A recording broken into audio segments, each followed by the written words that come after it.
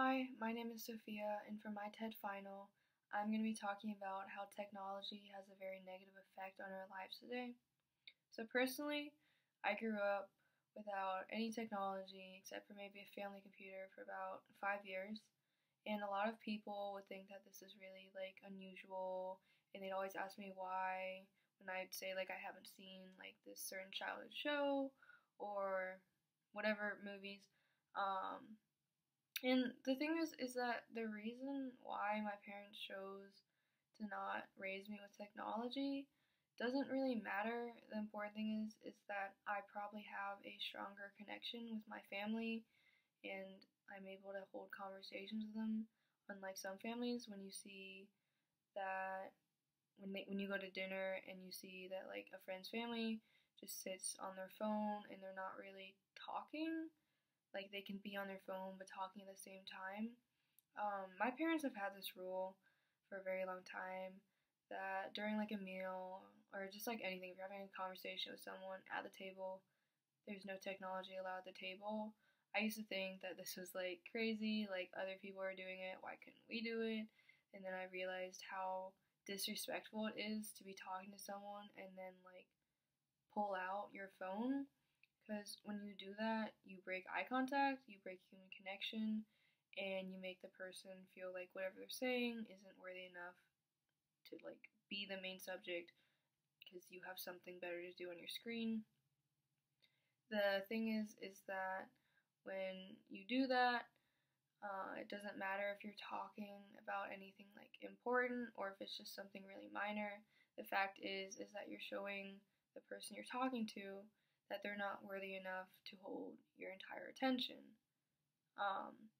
So this is one of the problems with phones. We're so used to being in a conversation, pulling out our phone to check if we got notifications or waiting a response from someone. And the thing is that we don't really recognize this anymore. We think it's usual. When Apple came out with Screen Time, which is I don't know if it's an app, but it's basically something that records how long you're on your phone and what app you're on. And I know a lot of people, when this started happening, they'd be really shocked because they'd see that they've been on their phone for 5 or 6 hours a day. I'm sure some people are at maybe 9 or 10. And they'd blow it off. The thing is that they would blow it off a second later. Whereas I saw how much I was on my phone and I was like, this is pretty bad. But I think I watch out for my technology habits more than other people. I know that some people are literally addicted to their phone, they just can't be without their phone, they can't leave their house without their phone. And I just think that's really, really bad, because when you become so dependent on technology, like your phones, it plays a big impact on your physical and mental health. When you see things on social media or the news, they can really make you feel bad about yourself. And also when you go on Instagram or other social medias and you see that you see other people that have been photoshopped or edited, or famous people, and it starts to make your self-esteem go down because you wonder why can't I look like that? Why can't I be like that? Another thing about social media is that people get sucked in on how many likes, how many follows, how many friends they have. And this is really bad because a lot of times these people that are following you or liking your pictures or being your friends on whatever are not really your actual friends. They're normally just people who maybe you know or go to a school that your friend knows. You really don't know who's there, who's seeing your personal information. So I think it's important to, instead of be worrying about wow, my picture only got this many likes, or wow, why didn't this random person follow me back, you could be spending time with your real friends and family instead of worrying about a number that shows up on your profile. I think one of the things we could do to change this is, I know on the Screen Time they have this thing where you can set a limit on how long you're on your phone.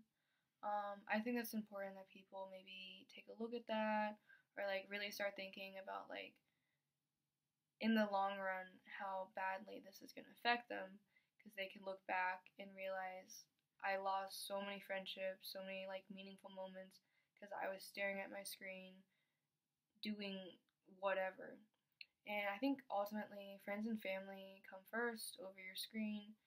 A person should be able to leave their phone at their house when they go to like the store. They don't need their phone then. People should be able to hold a conversation nowadays without checking their phone. And I think it's important that we address this subject because I feel like inevitably in the future, everyone's going to be addicted to their phone, and like we're going to lose real emotions and real connections with people because it's just people's attention spans have just gone down a lot. And the problem is that as we watch people's attention span go down, I don't think this is related, but suicide rates and depression rates are going up a lot, and I think technology plays a really strong role in this. A lot of bullying goes through social media, and it's just unacceptable, and we need to be able to not do this. And yeah.